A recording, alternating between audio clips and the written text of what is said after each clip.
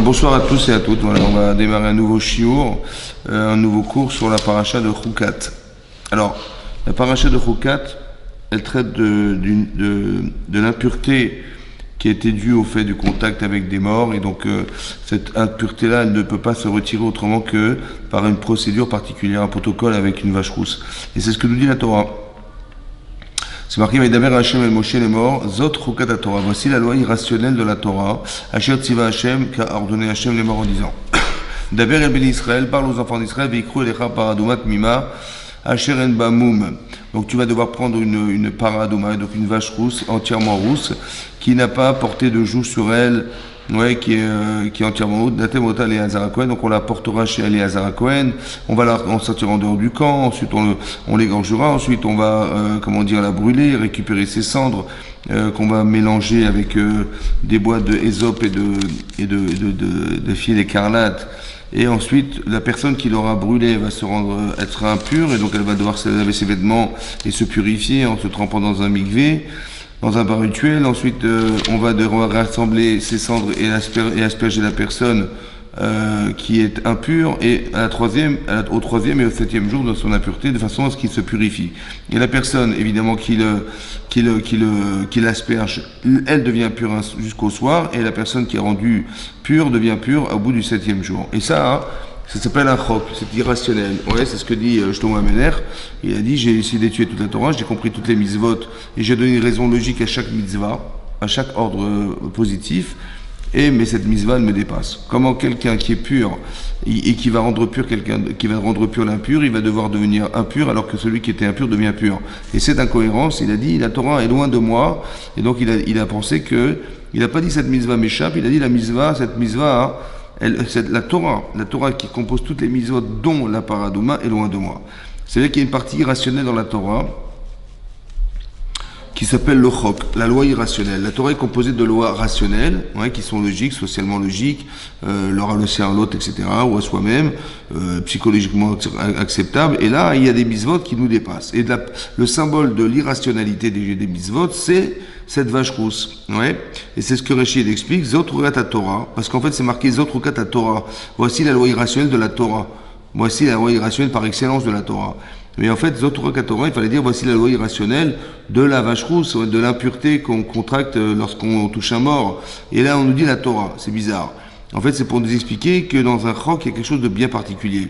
Dans le fait que ça soit irrationnel. Oui. La différence qui existe entre la logique, entre la compréhension et la partie qui reste incompréhensible, c'est-à-dire la chose qui nous dépasse. Oui. En fait, il y a un avantage, un inconvénient. L'avantage, c'est quand on comprend, on trouve la Torah intelligente, on est fier de la Torah parce qu'on la comprend. Aux yeux des peuples, on dit voilà ce qu'on suit les lois qu'on a, nous, il y a 3300 ans, c'est très très perfectionné, ça a été bien réfléchi à travers les personnes de la Torah. Il y a des lois par contre qui sont incompréhensibles. Et ça, on est embêté parce qu'on ne sait pas l'expliquer. Ouais. Alors quand on est intelligent ou intelligente, on se dit, comment je vais m'expliquer, comment je vais justifier ça, si je ne peux pas l'expliquer ou je ne peux pas le comprendre, j'ai l'impression que mon cerveau ou ma partie cérébrale, elle n'a servi à rien. On me demande d'agir sans réfléchir. Et ça, c'est gênant, c'est vexant. Ouais. Et donc, il faut comprendre pourquoi Hachem a fait qu'il y a des mitzvot positives qui sont compréhensibles et d'autres qui ne le seront jamais aux yeux des hommes. Elles dépasseront l'entendement humain. C'est ce que dit Rashi. Les fiches à Satan et Umot Haolam, Monim et Israël est mort, Ma Mizva Azot ou Mata Mishba. En fait, c'est ce que le Satan, le mauvais penchant de l'homme, c'est-à-dire le questionnement que l'homme se fait, qui est révélé par le Satan, le mauvais penchant. Ça, c'est la révélation du Satan, en fait, du mauvais penchant. Et les Umot Haolam, les nations du monde, qui vont dire, si la Torah est intelligente, expliquez-moi cette Mizva. Qu'est-ce que c'est que cette Mizva-là? De brûler une vache, de la brûler, et de récupérer ses cendres, et de les mettre dans un flacon, de mettre des eaux à l'intérieur, on va mélanger tout ça, on va touiller tout ça, et on va asperger les personnes avec. On a l'impression qu'on fait de la sorcellerie, on comprend rien. On dit, alors c'est quoi la raison? Et on est incapable de l'expliquer. Et sur ce, Rachid expliquait que si on te pose la question, mais qu'est-ce que c'est que cette mitzvah? Alors on te dira, c'est un degré devant moi. Tu n'as pas la permission, dit Hachem, de remettre en cause ce que je te dis. Comme si qu'il fallait être soumis. Voilà, on doit être soumis et accepter que c'est comme ça et on peut rien y faire. Ça va? Et ça, c'est embêtant. Comment ça se gère et ça s'explique. En fait, si je suis capable en sachant que je dois comprendre, et j'ai un vrai problème de ne pas accepter de comprendre, et que je me soumets à une volonté, c'est que j'aime. Oui. Comment je sais que j'aime Hachem? Oui. Parce que je suis capable de faire quelque chose qui va au-delà de ma pensée, ou de ma volonté, ou de mes intérêts. Parce que quand ça va dans mon sens, oui, alors je dis, bah ouais, c'est normal, faut pas voler, faut pas tuer, tout ça, c'est... Et je dis, bah ouais, ça c'est la Torah, c'est logique. Je dis, oui, mais est-ce que tu le fais par logique? Oui. Est-ce que tu t'aimes à travers ce que tu penses, ou tu aimes Hachem à travers la mitzvah? C'est ça le problème. Mais j'en sais rien. Quand c'est quelque chose qui est logique, j'en sais rien. Par contre, tu n'aurais pas voulu le faire, et tu le fais quand même, c'est révélateur de l'amour de la Torah et d'Hachem. Parce que j'aurais peut-être pas forcément voulu le faire, c'est gênant de faire, et quand même j'accepte de faire la émouna, la confiance en Dieu, ouais, j'ai confiance en lui, autant que j'ai confiance en ses lois.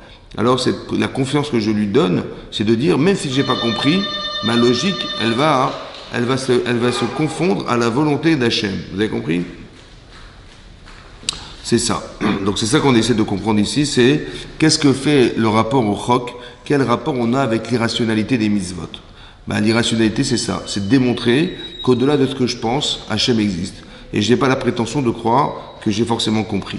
Et donc là, il va y avoir un Satan, le Yetzirah, ouais, le mauvais penchant, c'est ce mauvais penchant dont on parle, ouais, c'est celui-là. C'est-à-dire d'expliquer, ouais, le mauvais penchant d'expliquer que finalement, j'ai peut-être pas forcément envie, oui, j'ai pas forcément envie d'accepter quelque chose que je ne comprends pas. Bonsoir. Ça va. Et j'ai pas forcément envie d'accepter de comprendre quelque chose que je ne comprends pas. Et donc, c'est ça. Et on va avoir, en fait, on va avoir ce mauvais penchant qui va vouloir nous faire refuser des mitzvot ou nous faire transgresser des mitzvot parce qu'on n'a pas envie de se soumettre. Voilà. Et ça, c'est un souci. Ouais. On va dire comme ça. Je vais vous expliquer pourquoi c'est comme ça. Parce qu'il y a une Gemara dans Sanhedrin qui dit que Antoninos, qui était Antonin, il a demandé un jour à Rabbi Yehuda Hanassi, à partir de quand la Neshama, elle rentre dans l'être humain? Ouais, c'est une bonne question. Et il a dit aussi à partir de quand le mauvais penchant, il rentre dans l'être humain. On sait qu'il y a le Yetzirah, c'est un mauvais penchant, c'est un ange qui est créé et qui pénètre la personne. Et c'est lui-même qui nous condamne lorsqu'on fait des fautes, et c'est lui-même qui exécute la sentence lorsque, Chas v'Shalom, c'est nécessaire. Ce qu'on appelle le Yetzirah, le Satan et le Malach HaMavet, l'ange de la mort. Mais c'est le même ange, dit l'Agma dans Bavatra Daf Tetzaïn, c'est le même ange, c'est cet ange qui est le même en fait. Il a une fonction qui est à la fois d'attirer la personne vers la faute, de le faire fauter, ouais, autant que de le condamner. Après qu'il ait fauté, il vient voir Hachem, tu vois, ça n'a pas fonctionné, et maintenant d'exécuter la sentence qu'Hachem a prévue pour cette personne. C'est le même ange. Et donc ici, quand est-ce que l'ange il rentre en nous en fait? Quand est-ce qu'il rentre dans le cœur de l'homme, de la personne? Alors Rabbi Yehuda il a dit, la Neshama, elle va rentrer, ouais, le jour où l'enfant sort du ventre de sa mère. Voilà, l'enfant sort du ventre de sa mère, sa Neshama, elle le pénètre par les narines, et voilà, c'est un être vivant. Sur ça, Antonin, il dit, je ne comprends pas, ça me paraît compliqué à comprendre et à croire. Parce que si la Neshama n'était pas présente dans le ventre de sa mère, comment voudriez-vous que l'enfant, il pourrisse pas dans le ventre de sa mère? On sait bien qu'une personne décède, elle pourrit. Le corps, il se détériore. Or ici, on voit que l'enfant, il grandit, il prend une forme pendant les 9 mois de sa grossesse. Oui. Or, si tu penses que la Neshama n'était pas présente à ce moment-là, il aurait dû disparaître depuis bien longtemps déjà. Ouais, on va dire que la chair, elle résiste un certain temps, mais pas plus que quelques jours. Or ici, il a duré 9 mois. Et il dit, ouais, t'as raison, c'est vrai. Donc, il faut croire que la Neshama, elle se greffe le jour où il y a conception. C'est-à-dire que l'ovule, il rentre de spermatozoïde et attaque. La Neshama, elle se greffe à ce moment-là. C'est vrai. Et il dit, le Yitzhara, dit pareil. Dès que la Neshama, elle rentre, le Yitzhara, il pénètre la personne à ce moment-là. Et là, Antonin, il dit, c'est impossible. Parce que si le Yetzirah était présent à ce moment-là, l'enfant, il donnerait des coups de pied dans le ventre de sa mère pour sortir. Comme ça dit la Gemara. Boet bemeimo. Boet en hébreu, ça veut dire donner des coups de pied. Oui? Ça veut dire quoi donner des coups de pied dans le ventre de sa mère? Ça veut dire qu'il veut se détacher de sa mère. Il veut être indépendant. C'est ça. Donner des coups de pied, c'est de se sentir indépendant. Ça veut dire que la faculté du Yetzirah, c'est essentiellement de nous rendre indépendants des autres ou d'Hachem. Vous avez compris? Donner un coup de pied, oui, c'est de croire qu'on peut se suffire à soi-même. Et qu'on n'a besoin de rien d'autre que de soi-même. Oui. Comme si il y avait une forme d'allusion dans le nom Adam, qui s'écrit Aleph, Dam, Aleph. Le chiffre Aleph, la lettre Aleph est un chiffre unique, c'est 1. C'est le premier lettre de l'alphabet, c'est 1. Comme si on avait quelque chose d'echad, quelque chose d'unique en nous, quelque chose qui ne peut pas se retrouver ailleurs. Et donc les Yitzhara, ils jouent là-dessus pour dire, mais tu es echad, tu es un, c'est-à-dire que tu n'as pas besoin de qui que ce soit d'autre que de toi-même. Vous avez compris? Et ça, c'est l'erreur qu'on peut imaginer, croire, et c'est ça la force du Yitzhara, c'est de vouloir faire qu'on est indépendant de tout, on a besoin de personne. Vous avez compris, comme un peu l'adolescent qui dit à sa mère ou à son père, laissez-moi tranquille, occupez-vous de vos affaires, vous ne comprenez pas les jeunes. En fait, qu'est-ce qu'il essaye de faire? Il essaie d'être indépendant de soi. Mais c'est son Yitzhara qui l'amène à ça. Oui. Maintenant, on ne peut pas lui dire, parce que c'est l'embêter, le gêner ou le mettre en difficulté, mais nous, on sait que c'est comme ça. Que son désir d'indépendance, à un moment donné, il va mûrir, et il va être sevré d'avoir reçu, et à un moment donné, il dit, laissez-moi tranquille, je sais marcher, je sais bouger, je sais réfléchir, je sais tout faire, laissez-moi tranquille. En fait, c'est l'animation du Yetzer. Pourquoi je vous dis ça? Parce qu'un enfant avant cet âge-là, avant 13 ans, vous avez vu, il est très docile, très gentil, très serviable, pas de problème. Il n'a pas, en fait, de Yetzeratov. Il aura son beau penchant, il l'aura quand? À le jour de sa bar mitzvah. Et vous allez voir qu'un an après, 1 an et demi, 2 ans après, tout à coup, monsieur se rebelle. Pourquoi? Parce que son Yetzirara, il voit que son Yetzeratov, il commence à prendre forme. Et ça l'intéresse pas. Et donc, il va créer chez lui le désir de dire, mais ne te laisse pas faire, et comment ta mère elle te parle, et on te refuse tout, et vous avez compris ce qui se passe? Mais c'est Yetzirara, ça. C'est Yetzirara. Ça veut dire qu'il y a quelque part un désir de rébellion, qui soi-disant est formulé dans le fait de laisse-moi tranquille, mais c'est ce qui est marqué dans la Gemara. Bo'et bemeimo, il donne un coup de pied dans le ventre de sa mère. Ça veut dire, le Yetzirah a la vocation de nous faire croire que l'indépendance, elle doit se réfléchir comme lui il pense et pas comme on devrait y réfléchir. Parce que l'indépendance, en fait, oui, c'est pas comme ça que ça se traduit. C'est pas de dire je fais ce que je veux et je vais où je veux. Non, tu fais pas ce que tu veux. Ouais. Ta liberté, elle s'arrête là où celle commence celle des autres. C'est pas comme ça qu'on vit. Ouais. Alors c'est quoi l'indépendance? L'indépendance, c'est d'être dépendant. Et quand tu auras été sevré de ta dépendance, tu seras indépendant. Mais tu ne peux pas être indépendant tout seul. Tu ne peux pas être une femme indépendante si tu n'es pas marié. Tu ne peux pas être une femme, avoir des enfants si tu n'en as pas. Tu ne peux pas faire une formation si tu n'as pas été à l'école. Tu peux pas. Donc tu dis, moi je me débrouille. Ok, débrouille-toi, mais au mieux tu vas devenir indépendant avec un petit niveau. Ou bien tu vas devenir un délinquant. Ou bien tu vas vouloir... Vous avez compris ce que je veux dire? C'est pas ça l'indépendance. L'indépendance, c'est de dépendre. Tu dépends de tes parents, tu te seras un jour parent, mais tu dépends de tes parents, tu seras un jour, comment on veut dire, tu auras un statut professionnel, mais tu dois être dépendant de tes professeurs, tu dois un jour connaître la Torah, tu dois dépendre de ton rave, tu vas un jour, mais c'est comme ça, tu dépends. Toute ta vie, tu vas dépendre. Mais un jour, tu vas voler par tes propres ailes. Mais tu ne peux pas passer à l'étape supérieure d'indépendance sans passer par une forme de dépendance. C'est impossible. Vous avez compris? C'est ça le problème. Et c'est ça, en fait, que l'enfant ne comprend pas. C'est pour ça qu'il ne faut jamais s'opposer à lui. Il faut simplement lui expliquer qu'on est là pour t'accompagner. Tu ne peux pas lui dire non, mais tu dis des bêtises, tu ne pourras jamais te passer de moi, et on va attiser son Yetzirah. Il faut répondre au Yetzirah. Il faut répondre au Yetzirah de la personne. Il ne faut pas aller contre la personne, contre le Yetzirah de la personne. C'est pour ça que je vous explique que le désir d'enfant ou le désir de qui que ce soit, c'est de se rebeller contre cette imposition qu'on nous met sur la tête, de nous dire tu dois faire. Vous voyez, ça c'est quelque chose qu'on n'accepte pas. On ne veut pas qu'on nous oblige à faire. Et c'est ça le problème, c'est qu'il y a des chukim, c'est-à-dire des lois irrationnelles où tu ne comprendras pas, et comme si qu'on t'obligeait à faire. Comme il y a des gens, malheureusement, vous leur donnez un conseil, et ils vont pas le faire. Pourquoi? Parce que s'ils le font, ils vont avoir l'impression que c'est vous qui les avez obligés. Alors que j'ai obligé personne. J'ai une proposition, il dit, mais si je fais ce que tu m'as dit, comme si tu m'avais obligé, je me sens obligé d'avoir fait ce que tu m'as dit. Mais non, je n'étais pas obligé à faire ce que je te dis. Vous avez compris comment il dit, c'est stupide. Vous voyez, les gens, ils feront pas parce que, non, je fais pas. Et pourquoi tu m'as fait? Parce que tu m'as dit. Je dis alors? Parce que, j'ai l'impression que quand je fais ce que tu m'as dit, c'est que c'était pas moi, c'était toi. Mais ça n'a jamais été moi, c'est un conseil.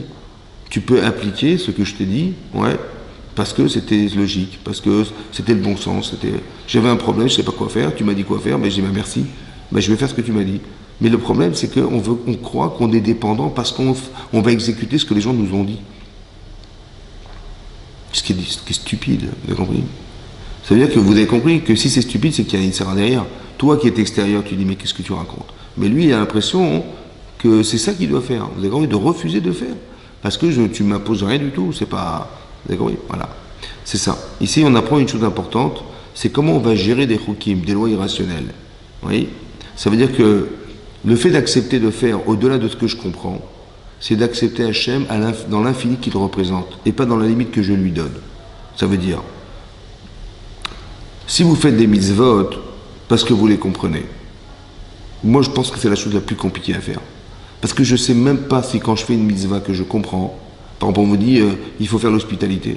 Bah, si vous voyez quelqu'un dans la rue, ou quelqu'un qui est à la gare, il ne sait pas où dormir, la moindre des choses c'est de l'inviter chez soi. Ouais. D'un côté c'est une mitzvah. C'est une mitzvah. Et d'un côté, mais ça me paraît tellement évident de le faire. Maintenant je ne sais pas si je fais une mitzvah. Peut-être que je fais ce que je pense. Mais c'est pas ça la mitzvah. La mitzvah c'est ce qu'Hachem t'ordonne de faire. Ça veut dire que, est-ce que tu le fais parce que tu te rends service, parce que tu te fais plaisir, ou bien parce que c'est la mitzvah? Donc dans le rationnel, je ne sais même pas si je le fais pour moi ou pour Hachem. Dans l'irrationnel, je suis sûr que je le fais pour Hachem. Parce que j'ai aucune raison de le faire. Et de mettre mes tefilines, j'ai aucune raison de le faire. De porter des vêtements de lin et de laine et d'éviter de les mettre, c'est une loi irrationnelle. Mais j'ai aucune raison de préparer. J'ai ma veste en laine, il faut que j'aille vérifier s'il n'y a pas des fils de lin dedans. Ouais, des boutonnières, des couturières, des coutures des épaulettes, il faut vérifier. Le col, il faut vérifier. Puis bon, ben c'est un roc, c'est irrationnel. C'est comme ça. Ouais, le lin, la laine. De ne pas le mélanger le lait et la viande, c'est irrationnel. La viande, on peut consommer. Le lait, tu peux consommer, mais tu ne peux pas mélanger les deux. Ah, pourquoi? C'est comme ça. C'est irrationnel. On ne peut pas cuire ensemble. Irrationnel. Vous avez compris? Voilà. Pareil, la vache rousse, irrationnelle. Comment tu te débarrasses d'une impureté du contact des morts? La seule manière de t'en débarrasser, c'est de brûler une vache rousse. Comment? Irrationnel. Vous avez compris? Comme si qu'on voulait nous dire, il faut que tu t'habitues à penser qu'Hachem existe au-delà de ta compréhension. Je vous explique. Il y a des fois, des choses qui nous arrivent, on ne comprend pas. Et on trouve pire que ça, on pense que c'est même pas logique. Et donc on pourrait, chas v'shalom, renier Hachem. En disant, c'est pas normal ce qui m'arrive, voilà ce qui m'arrive, j'en souffre, etc. Et je dis, mais si c'est ça la vie, ou si c'est ça Dieu, c'est pas logique, donc je refoule et je rejette Dieu. Voilà, c'est ce que je pense. Je dis, mais franchement, est-ce que tu penses que tu comprends Hachem? Ouais. Est-ce que t'es pas un peu comme l'enfant qui sait pas ce que ses parents lui ont dit? Tes parents, ils t'ont dit, on va aller chez le médecin, on va faire un vaccin. Ouais. Tu dis, c'est quoi un vaccin, papa? Ben, on va prendre une piqûre, on va te la planter dans le bras. Ah, dans le bras. Et on va aller voir un monsieur, il s'appelle un docteur, il va te mettre une piqûre dans le bras. Mais c'est que c'est fou là. Papa il est malade de m'envoyer là-bas et l'autre il est un bourreau, il va me planter une épine dans le bras. Vous voyez? Je dis mais non, c'était juste pour qu'on puisse te faire un vaccin, c'est tout, c'était pas. Bon, j'ai pas forcément compris, mais j'accepte que dans ma vie je comprends pas forcément tout, et c'est pas parce que je comprends pas que c'est faux. Vous avez compris? Ça m'arrange pas, mais je dis pas mon père il est malade. Vous avez compris? Voilà, ben, c'est un peu pareil. C'est pas parce que j'ai pas compris que ça remet en cause, soi-disant, je sais ce que c'est. Et donc, si c'est pas dans les normes de ce que j'imagine, ben, c'est que c'est pas possible, c'est pas Dieu, c'est pas je sais pas quoi, c'est pas mon père, c'est pas. Non. Il faut s'habituer à penser. Donc, mais comment j'arrive à ça? Parce que la loi irrationnelle me permet d'accéder à cette logique. Oui, que dans ta vie, tu comprendras pas forcément tout. Et ben, tu acceptes que tu comprends pas tout, mais tu fais quand même malgré tout. Ça te permet, un, de montrer que tu ne le fais pas pour toi, mais pour Hachem. Et deux, que même si tu ne comprends pas, même si tu as des questions dans ta vie, tu as des questions, ça ne remet pas en cause Hachem parce que tu as des questions. Parce que qui tu es toi pour dire qu'Hachem il s'est trompé, ou qu'Hachem il a été cruel, ou il a été je sais pas quoi. Non, il faut juste comprendre que si j'ai dû passer par ces épreuves qui n'ont pas été simples, ça a forcément une incidence sur moi. Positive, dans le sens où ça m'a peut-être rendu plus humble, j'ai relativisé des choses, j'ai été moins spontané, je sais pas moi, j'ai compris la souffrance, etc., etc. Vous comprenez? Il faut juste regarder ce qu'on a traversé, ce qui nous a permis d'accéder à autre chose dans notre vie. C'est dépassé par ce passage-là.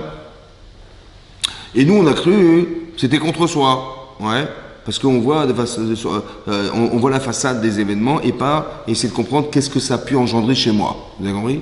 Voilà, c'est ça. Oui, c'est ça. Et donc c'est ça qu'il faut comprendre. Il ne faut pas regarder ce que je vis, mais regarder ce que je suis devenu. Voilà. Ce que moi je suis devenu, qu'est-ce que mes enfants sont devenus, qu'est-ce que mon mari est devenu par ces épreuves, ouais, qu'est-ce qu'on devient. bah, tu deviens sensible. Ouais. Tu te remets en question. Tu réfléchis autrement. Tu fais tes chouvas. Je sais pas, vous avez compris? Comme des gens qui sont malades, ouais, bah, ils se voient pas bien et tout ça, bah, tout à coup, ils ont un élan vers Hachem. Bah, Hachem, il leur téléphone tous les matins et personne ne répond. Bah, des fois, la maladie, ça peut amener à ce que la personne, elle se tourne vers Hachem, vous avez compris? Comme Sarah n'a pas d'enfant, bah, elle doit arriver à un tel niveau de croyance en Hachem que si elle n'atteint pas ce niveau, elle ne pourra jamais engendrer Yitzhak. Parce qu'Yitzhak Avinu, il doit être l'enfant qui va naître à un niveau exceptionnel. Mais on peut pas permettre à cet enfant d'exister, ou elle, d'accoucher de cet enfant si elle n'est pas cette femme. Donc Hachem, eh ben, il la prive d'enfant juste pour qu'elle prie toute sa vie, pour arriver à un niveau tel de Emouna, de confiance en Hachem, qui lui permettra, ouais, d'atteindre ce niveau-là. C'est un peu ce que Rachel a dit à son mari. Elle dit, mais si j'ai pas d'enfant, je suis morte. Si je n'ai pas, Meta Anochi, je suis morte. Et donc ça veut dire on lui dit, mais non, c'est pas comme ça que tu dois réfléchir. C'est que tu dois comprendre que l'enfant qui va naître, ça va être Yosef. Mais cet enfant, il va se retrouver à 17 ans en Égypte, dans le pays le plus corrompu de la terre. Et comment tu veux qu'il arrive à résister? Bah, il faut que tu aies un niveau d'émouna, un niveau de confiance en Hachem, ou de lucidité, ou de compréhension de ce que tu vas vivre, qui va lui permettre à lui d'exister en Égypte. Vous comprenez? Et bien il faut que tu deviennes cette femme. C'est ça que lui dit Yaakov Avinu. Et tant que ne compte pas sur moi. Ouais, parce que si tu comptes sur moi, tu dis, j'ai un mari super, ben, il est tzaddik et tout, il va prier pour moi, ça va marcher. Non, parce que si c'était vrai que je devais prier pour toi, alors j'aurais pas dû avoir d'enfant. Et là, j'aurais compris qu'on est dans la même problématique, dans la même souffrance, et donc je vais m'associer à ta souffrance, mais je peux pas. Je ne peux pas être je ne peux pas prier Hachem autant que quelqu'un qui n'a pas d'enfant, parce que j'en ai. Donc, si j'en ai, c'est que logiquement, Hachem il t'a demandé à toi de prier. Pas comme mon père qui n'avait pas d'enfant et qu'il a prié pour sa femme pour qu'elle ait des enfants, parce qu'ils avaient la même problématique. Et même sa femme avait plus de souffrance que son mari, parce qu'une femme qui n'a pas d'enfant, c'est plus douloureux qu'un homme qui n'a pas d'enfant. Vous avez compris? Et donc, il a associé la souffrance de son épouse à la sienne. Mais c'est possible parce qu'il souffre comme elle, de ne pas avoir d'enfant. Mais moi, j'en ai. Donc, c'est pas possible, j'y arriverai pas. Honnêtement, j'y arriverai pas. Et donc, c'est une manière de t'expliquer qu'il faut que toi, tu demandes. Que tu ne comptes surtout pas sur moi, tu ne t'appuies pas sur moi, mais tu t'appuies que sur toi-même pour atteindre ce niveau-là. Et donc, elle va avoir Yosef. Vous avez compris ce que je veux dire? Mais ça veut dire que les épreuves, en fait, elles nous sont là pour nous bonifier. Elles ne sont pas là pour nous écraser. Le Yetzer Hara, il dit, tu vois, tu vaux rien. Tu vois, Dieu, il se fout de toi. Ou Dieu n'existe pas, ou je ne sais pas quoi. En fait, c'est une fausse lecture. Mais derrière, ça veut dire aussi, au fond, qu'il y a un désir d'indépendance. Ouais. Et quand on n'est pas... On essaye de l'être, il faut comprendre comment on arrive à être indépendant. Et ça demande des midotes. Ouais. Alors, on va essayer de donner des exemples dans la Torah et dans les chasses, dans la Gemara, pour expliquer ce principe. Vous savez que c'est marqué, dans la Torah, c'est marqué que un jour, lorsque Moshe Rabbeinu, il a rencontré Tzipora, qui était sa future femme, il a demandé à son beau-père Yitro de l'épouser. C'est marqué dans le Midrash Rabbah que Yitro, il a dit à son gendre, écoute, ok, j'accepte que tu l'épouses, à condition que le premier enfant que vous aurez, il se devienne un curé de l'idolâtrie. Il va devenir un curé de l'idolâtrie, un curé idolâtre. Ouais. Et après, les autres enfants, tu feras ce que tu veux avec. Et là-bas, le Rav de Mir, qui était la yeshiva de Mir, il a demandé, il a dit, mais c'est bizarre, parce que le Balatorim, qui est un commentaire de du Chumash, il explique que Yitro, il avait déjà fait Teshuvah. C'est même marqué pire que ça, c'est qu'il était donc, comme dire, il était le pape, quoi. C'était le Cohen Midian, le prêtre de Midian, et donc il a vu que dans l'idolâtrie, il n'a pas trouvé quelque chose qui le contentait, et donc il a voulu abandonner. Et quand il a voulu abandonner cette idole, là-bas c'est marqué qu'ils l'ont carrément jeté dehors, ils l'ont jeté dans un fleuve pour le noyer et le tuer. Et qui c'est qui l'a sauvé? Moshe Rabbeinu l'a sauvé.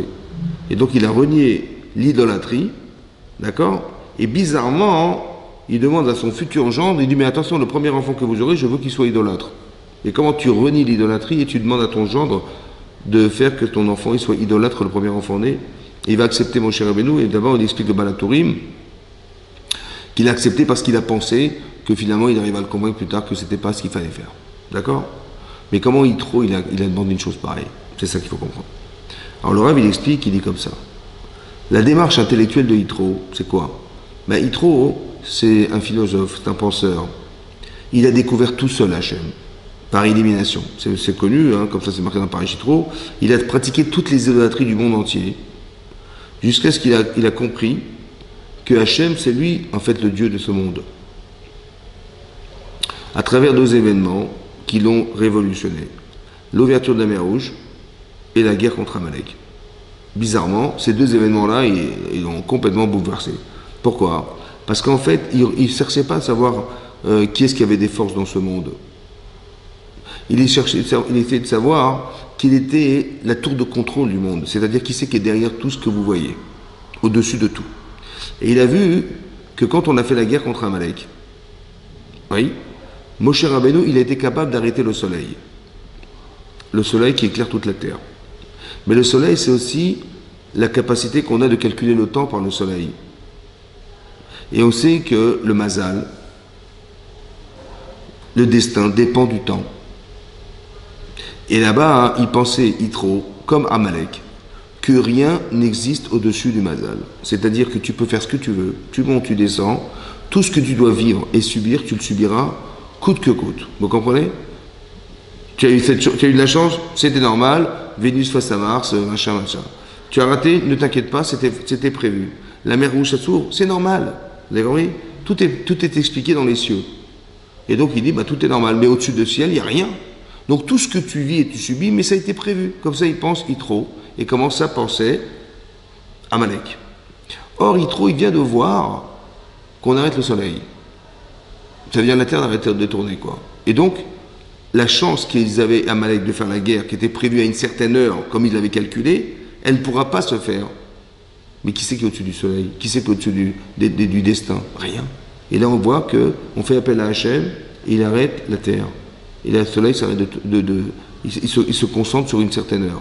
Vous avez compris? L'heure prévue n'est pas arrivée. Et là, il a dit, ça c'est Hachem. Comme la mer Rouge, c'est pareil. Il a vu la mer Rouge, c'est quoi? Bah, tous les océans de la Terre se sont ouverts. Il a dit, mais c'est pas possible. Parce que tous les océans recouvrent toute la grosse majorité de la Terre, de la planète Terre. Or, chaque océan a un nom différent, chaque océan a une force indépendante. Et donc, jamais la Méditerranée ne pourra entrer dans l'Atlantique. Les courants sont toujours les mêmes. On ne peut pas pénétrer l'un dans l'autre. Or, ici, on a vu que tous les océans sont ouverts. Mais qui c'est qui a pu donner l'ordre à tous les océans de la Terre de s'ouvrir? Si ce n'est celui qui est le gouverneur de la Terre. Vous avez compris? C'est là qu'il a compris que Hachem était Hachem. Et il a demandé à son fils que son premier enfant soit Oved Avodah Zara. Pourquoi? Parce que moi-même, j'étais un idolâtre. Et on ne m'a pas imposé Hachem, je l'ai découvert par moi-même. Et donc, il ne supportait pas qu'on puisse imposer le judaïsme à son enfant. Il a dit non, chacun, il doit découvrir par lui-même. Alors, les autres, tu feras ce que tu voudras, mais le premier, je veux que tu le mettes dans un endroit où il pratiquera l'idolâtrie. Et que par lui-même, il va sortir de la boue, et par lui-même, il va comprendre quelle est la démarche à suivre, et par lui-même, il va comprendre où se trouve Hachem. D'accord? Mais laisse-le débrouiller tout seul. Voilà ce qu'il voulait. Ça va? Maintenant, pourquoi il a pensé comme ça?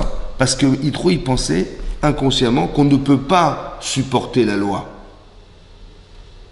Il faut que tu arrives à la découvrir par amour et pas qu'on te l'impose. Vous avez compris ce que je veux dire? C'est comme ça que je vous disais, n'enseignez pas la Torah. Une fois, quelqu'un m'a dit, voilà, mes enfants, voilà, je leur dis qu'ils sont juifs, mais bon, je les ai mis dans des écoles laïques, il n'y a pas de judaïsme, rien du tout. Et puis ils choisiront. Ah, voilà ce qu'il m'a dit le type. Ils choisiront. Je dis, comment tu veux qu'ils choisissent le type? Il n'a ni mis les filles, ni les fait Shabbat, ni verra. Il va choisir quoi? Vous avez compris? Il faut d'abord nourrir ton judaïsme.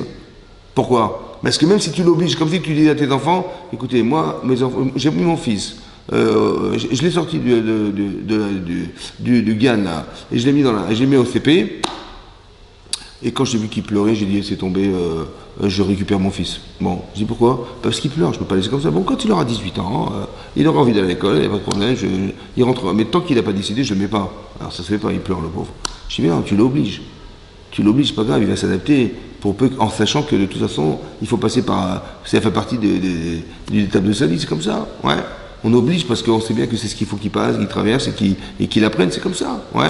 On ne dit pas, bah, quand il sera en âge de comprendre, d'être Hachem, il aura 18 ans, là, on va le rentrer à l'école, Ah, typiquement, c'est un peu tard, vous avez compris? Ça veut dire qu'en fait, il faut comprendre que l'essentiel, c'est que tu nourrisses chez tes enfants la volonté de faire la Torah. Après, les tsars, il va les attraper. Mais ils auront les moyens de se battre. Donc tu leur dis, il faut faire comme ça, il faut faire comme ça, comme ça. Tu dis, mais tu les as obligés. J'ai obligé personne. Je les ai instruits, je les ai éduqués, je leur ai appris le bon sens des choses. Ouais. Tu dis, mais tu leur as imposé. J'ai rien imposé. J'aurais appris. Maintenant, qu'est-ce que ça va servir? Bah, demain, quand le tsar va essayer de les tourner, il dit, non, j'ai la réponse. J'ai des référents. Vous avez compris ce que je veux dire? Et lui, il pensait, non, il faut laisser le faire. Il va se planter, c'est pas grave, il va se relever, il va tout comprendre par lui-même. Il faut qu'il arrive par lui-même à comprendre où se trouve Hachem. Ce qui est dangereux, vous avez compris, parce que où est-ce que ça va tout ça, on n'en sait rien du tout. Vous avez compris ce que je veux dire? À la différence de, tu éduques, tu apprends, tu rentres dans un, tu les mets à la kippa, tu bisit katan, tu lui apprends à faire des brachot, etc. Tu l'habitues, tu mets, on va fabriquer des robots, pas du tout. Après, il va un jour se remettre en question, il va comprendre en quoi c'était oui la solution, et pas un problème que de lui avoir expliqué comment on pratique les mitzvot. Alors que Yitro, il pensait, non, mets-le dans la gadoue, rends-le idolâtre carrément. Et il faut qu'il se débrouille de lui-même et qu'il arrive à se sortir d'une situation pareille. On n'oblige personne, parce que les gens sont dérangés par le fait qu'ils ont l'impression que la Torah nous oblige. Vous savez, ça c'est interdit, oh, jusqu'à quand interdit. Mais non, on t'a juste dit, où est-ce que tu peux naviguer? Ça, c'est pas possible. Ça sera pas, tu vas te perdre. La Avera, il n'y a pas une Avera, une faute, dans laquelle tu diras, je me suis bien sorti, Baruch Hashem, toute ma vie je vivrai avec. Tu peux vivre en volant toute ta vie? Non. Mentir toute ta vie?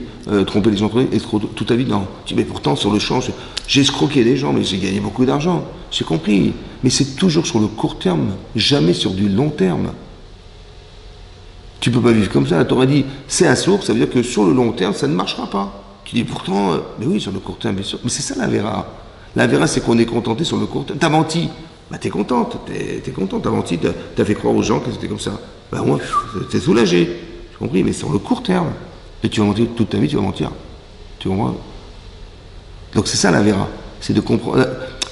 La personne, elle voit sur du court terme, alors elle croit qu'elle est dans le... Mais non, ça reste du court terme. C'est comme le gosse, vous allez acheter des chaussures, ouais. Il dit, papa, je veux cette basket. Il dit, mais tu veux de combien? Du 31, mais c'est du 34. Mais c'est ça que je veux. Mais il n'y a pas de 31, il n'y a que du 34, il n'y a pas de 31. Il dit, mais je veux la 34. Je dis, mais comment tu vas la mettre? Je dis, ben, je mettrai du coton avec 5 paires de chaussettes. Il veut absolument la mettre, vous avez compris? Il n'arrive pas à sortir du désir de mettre cette paire de baskets parce qu'elle lui plaît, alors qu'en vérité, elle n'y va pas du tout. Vous avez compris? C'est pareil. Le désir rend aveugle. Le type, il n'est plus capable de raisonner. Le Yitzhara, il est capable de nous faire croire des choses parce qu'on ne veut pas se sentir obligé de suivre les consignes. Et c'est ça, en fait, la discussion entre Yitro et Moshe Rabbeinu. C'est que l'un, il a l'impression qu'on lui impose, et l'autre, il a l'impression que non, au contraire, c'est ça ta liberté, c'est t'informer dans ce que tu dois faire. Après, t'inquiète pas, le Yitzhara, il va venir demain. T'inquiète pas, il va venir l'embêter. Maintenant, il a les moyens de pouvoir se battre contre son mauvais penchant parce qu'il a les outils et il a les solutions. C'est ce que tu lui as appris. Alors que si tu le laisses vagabonder en espérant qu'il va se débrouiller, il aura beaucoup plus de difficultés. Ah mais oui, mais tu l'as obligé. Mais c'est pas ça. C'est parce que je lui ai appris que ça l'oblige. C'est justement de lui expliquer que maintenant la Torah l'accompagnera toute sa vie, c'est comme ça. C'est pas une obligation. Et ça, c'est le problème de se sentir obligé. Il y a un autre passage dans la Torah où c'est marqué, vous savez qu'il y avait un homme qui s'appelait Shimi ben Gera, oui, Shimi ben Gera, qui vivait à l'époque de David Ameller. Et il avait carrément blasphémé David Ameller. Oui, il s'était rebellé contre la royauté de David Ameller. Et David Ameller, à la fin de sa vie, bizarrement, il a demandé à son fils Shlomo, il lui a dit, écoute, voilà, je vais mourir. Et cet homme, Shimi ben Gera, normalement, il faut le juger, le condamner. Et je t'en prie, voilà, fais selon ta chorma, selon ton intelligence, et tu le condamneras. Oui, comme ça il a pensé David Ameller avant de mourir. Il n'avait rien à penser d'autre que ça, c'est marrant. Et là-bas c'est marqué, qu'est-ce qu'il a fait Shlomo Ameller après la mort de son père? Il a été voir Shimi ben Gera. Il dit, voilà, mon père m'a demandé de te dire que tu dois être condamné et tout ça. Mais bon, ce que je vais faire, voilà, je te demande une chose. Je te demande de ne jamais sortir de Jérusalem. Bon. Et après ça, je te demande de me faire un serment que jamais de ta vie tu sortiras de Jérusalem. Voilà ce qu'il a dit. Et il est parti. Maintenant, Ben, son père, il a dit, mais fais ça avec intelligence. Quelle intelligence? Quelle intelligence? Il a dit, il y a plein de gens qui rêveraient de vivre toute leur vie à Jérusalem. Je veux dire, ils sortiront jamais. Il y a plein de gens qui sont restés toute leur vie à Jérusalem. Il dit, je ne veux pas que tu sortes d'ici. Ouais. Je dis, bah ouais, d'accord, je ne sortirai pas. Et je te demande de jurer. En plus, il l'a cadenassé carrément. Mais je dis, bah ouais, a fortiori que je ne vais pas transgresser mon serment, et donc je vais rester à Jérusalem. Elle est où la chorma? Elle est où l'intelligence de Shlomo HaMelech? Et bizarrement, 3 ans plus tard, Shimi Ben Gera, il avait 2 esclaves qui se sont sauvés et qui sont sortis de la ville. Et il a pris son âne, il a pour chasser. Et là, tout de suite, il est sorti de Jérusalem, et donc ils l'ont attrapé, et il dit, voilà, tu avais fait le serment de ne pas sortir, tu es sorti, donc tu es condamné. D'où Shlomo HaMelech, il savait qu'il allait sortir. Vous savez pourquoi? Parce que quelqu'un qui ne supporte pas le roi, ça veut dire qu'il insulte, ça veut dire qu'il ne supporte pas l'autorité. Vous avez compris? Alors je vais lui mettre dans l'imposition de ne jamais sortir. Je m'impose sur lui, puisque c'est son Yitzhara. Et je m'impose tellement que non seulement je lui interdis de rentrer, de sortir d'ici, mais en plus je lui demande de jurer de jamais sortir. Vous avez compris? C'est que la chorma, c'est de comprendre que psychologiquement cet homme, en fait, il ne supporte pas l'autorité. Alors tu vas lui imposer, toi, une autorité, et il va se rendre compte qu'il va la transgresser, et c'est normalement comme ça qu'il aura compris qu'au fond, il a eu tort de ne pas supporter l'autorité. Vous comprenez ce que je veux dire? Mais pourquoi il est sorti? Parce qu'il ne supporte pas l'interdit. Il ne faut pas m'interdire à moi, vous comprenez? Le roi, il te dit quelque chose. Ouais, il y a des gens qui vont faire des manifs parce qu'on aura interdit quelque chose, on aura interdit des, soi-disant des droits. En fait, ils n'ont pas forcément compris. Mais on ne peut pas m'imposer, qui que ce soit peut m'imposer quoi que ce soit. Vous comprenez ce que je veux dire? C'est ce tempérament de ne pas accepter la limite de la loi. C'est ça. Et bien, ni la limite de la loi, ni la limite de qui que ce soit. Il n'y a personne qui pourra me dire quoi faire. Alors, c'est pour ça que Shlomo HaMelech, qui était un grand psychologue, il a dit, eh ben voilà, moi je vais t'interdire. Je vais t'interdire de sortir et tu vas me jurer que tu ne sortiras et donc tu pourras jamais. Et donc je t'impose de ne jamais supporter, de ne jamais sortir d'ici. Et cette imposition, en vérité, il ne la supportera pas parce que Jérusalem, qui est une très belle ville, peut devenir une prison pour lui. Vous avez compris, comme si on l'avait mis en prison. Il ne peut pas bouger de là. Et c'est quelqu'un qui ne supporte pas de se sentir enfermé quelque part. C'est ça que je voulais vous expliquer. Et bien c'est ça qu'il a compris, en fait. Vous avez compris? C'est ça qu'il a compris. Qu'en fait, il y a des gens qui ne supportent pas l'interdit parce qu'ils ne comprennent pas le sens de ce que veut dire, ouais, l'interdit. Pourquoi c'est interdit? Pourquoi les enfants ne supportent pas ça?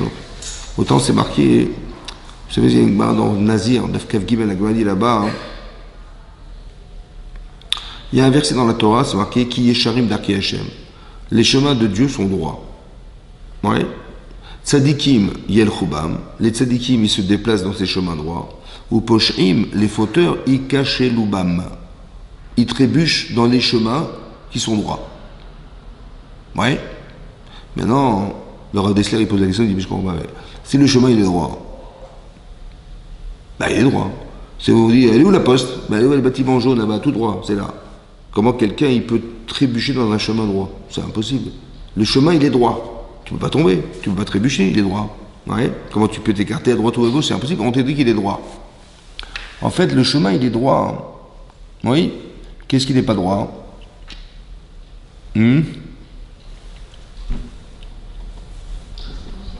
Mais le type qui regarde le chemin, c'est lui qui est tordu. Ouais.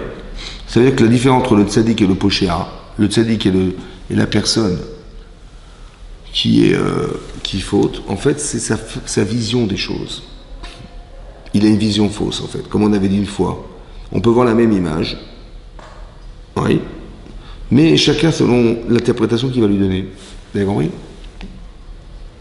Par exemple, les Meraglim, les explorateurs, oui, on avait dit explorateurs, ils vont dire, mais vous savez, la terre où on a exploré cette terre, elle tue ses habitants. Hein.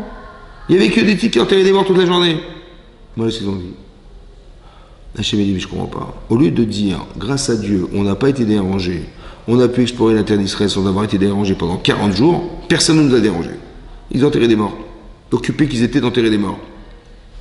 Au lieu de dire merci Hachem, que tu les as occupés en enterrant leurs morts, ils ont dit, mais non, mais c'est une terre, il doit y avoir des épidémies là-bas, il y a des gens qui mouraient tous les jours, je sais pas ce qu'il y a, ils n'ont pas de vaccin, ils n'ont pas c'est pas possible, ils mouraient tout le temps. On les voyait enterrer des morts toute la journée. Vous avez compris? Mais c'est la même image. Comment tu peux l'interpréter en mal? Mais c'est ça, le chemin, il est droit. Tu aurais dû dire, mais évidemment, merci Hachem, le chemin il est droit, merci Hachem de nous avoir occupés, on n'a pas été dérangés, merci Hachem. Ils ont utilisé l'image qui normalement aurait dû gratifier Hachem, ils l'ont retourné contre lui, en lui disant, mais c'est quoi ce pays dans lequel il nous a fait rentrer? Vous avez compris? Mais l'interprétation, elle dépend des, comment dire, des facteurs de vision des gens. Comment tu raisonnes? Comment tu veux ou tu désires? Qu'est-ce que tu désires au départ? Tu veux faire? Tu veux voir? Tu veux bien voir ou tu veux mal voir? Tu veux critiquer ou tu veux voir du broie et du noir ou tu veux voir du... Bah, les gens qui broient du noir, ils voient que du mal. Mais tu vas voir. Mais le ciel est bleu. Ah, mais il y a un nuage. Ah, d'accord. Mais oui. Mais il y a un nuage. Bah, regarde, le nuage gris là-bas, c'est quoi ce temps et tout? Mais je crois, le ciel est bleu. Tu peux bronzer. Tu peux... Non, non, je suis désolé, il y a un nuage, je suis désolé. Ou il y a ça, ou il y a ça. Les gens, en fait, ils veulent pas, ils veulent... C'est ça le pocher avec Eshloam. Et la Gemara donne un exemple. Elle dit comme ça. Vous savez que quand Hachem a détruit Sédom, ouais, en fait, c'était carrément atomique. Hein. C'était la ville entière qui était une grande région du monde. Aujourd'hui, c'est la... Je ne sais pas si vous avez vu la mer Morte. Le lac, il est énorme. Ouais. Et ben, cette région du monde, en fait, était très riche. Mais bon, elle était corrompue. Et donc Hachem, qu'est-ce qu'il a fait? Il a fait exploser cet endroit. Et il ne reste plus que du sel, quoi. Et donc les filles de Lot, quand elles ont vu ça, elles ont cru que c'était la fin du temps. La fin du monde, quoi. Et elles ont dit, mais il n'y a qu'un seul homme sur la terre. Et on est 2 femmes. 2 filles. Alors l'aînée a dit à sa sœur, on va avoir une relation avec papa ce soir. Comme ça, on va faire que le monde va continuer à exister par nous, quoi. Bon. Qu'est-ce qu'elle a fait? Sa fille aînée, elle l'a saoulé, quoi. Elle a fait boire de l'alcool, du vin. Il était complètement saoul et elle a une relation avec son père. Là-bas, c'est marqué que après qu'il se soit dessoulé, il a compris ce qui s'était passé. Et il a accepté de boire pour la 2e fois. Lorsque sa fille cadette, elle lui a proposé d'avoir de l'alcool, il a accepté. Ça va? Et ça qu'on dit, Sadikim et Choubam, Poshim et Kashouam. Là-bas, le Roche, il explique là-bas, hein, que, en fait, si elles ont été obligées de le saouler, c'est que c'était interdit, c'est de l'inceste. Et donc c'était interdit. Donc, comment ça se fait qu'il a accepté, malgré tout, de se laisser saouler pour la 2e fois? Ça va? Et quel intérêt il avait en sachant qu'il aurait une relation avec son enfant? Mais qu'est-ce qu'il va gagner, puisque de toute façon, il est complètement saoul et inconscient? Vous avez compris la question? Qu'est-ce qu'il gagne? De là, on apprend un truc de fou. Hein. C'est qu'il y a des choses interdites qu'on ne peut pas se permettre d'avoir. Mais l'autre, il est permis de les transgresser et qu'on ne pourra jamais lui reprocher de l'avoir fait puisqu'il était saoul et inconscient. Vous comprenez? Comme si que la limite de ce qu'il aurait voulu avoir lui est interdite. Mais comme il ne peut pas le faire consciemment, alors il va l'accepter inconsciemment. C'est bien tombé pour lui. Vous avez compris ce que je veux dire? Tellement l'interdit est très difficile à gérer pour les gens. Vous avez compris? Il n'y a aucun intérêt, quel plaisir il avait d'avoir avec sa fille alors si vous voulez, il va se réveiller le matin, il n'a rien vu, rien ressenti, il ne s'est rien passé pour lui. Vous avez compris? Donc, pourquoi il l'a fait quand même? Parce que si je peux transgresser la Torah sans que ça soit reproché, je vais le faire. Comme si que la limite de ce qu'on m'interdit me dérange.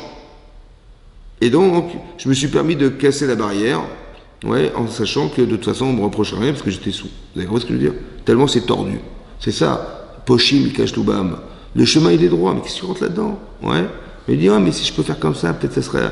On va rien me dire, et puis j'aurais transgressé la Torah sans qu'on puisse le me reprocher. Tellement, vous avez compris, tellement c'est fin, c'est incroyable.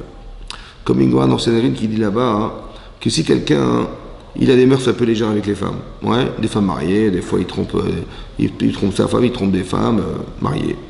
Et un jour, il est témoin, ce monsieur, oui, mais il témoigne que cette femme, elle est mariée. Est-ce qu'il a le droit de témoigner?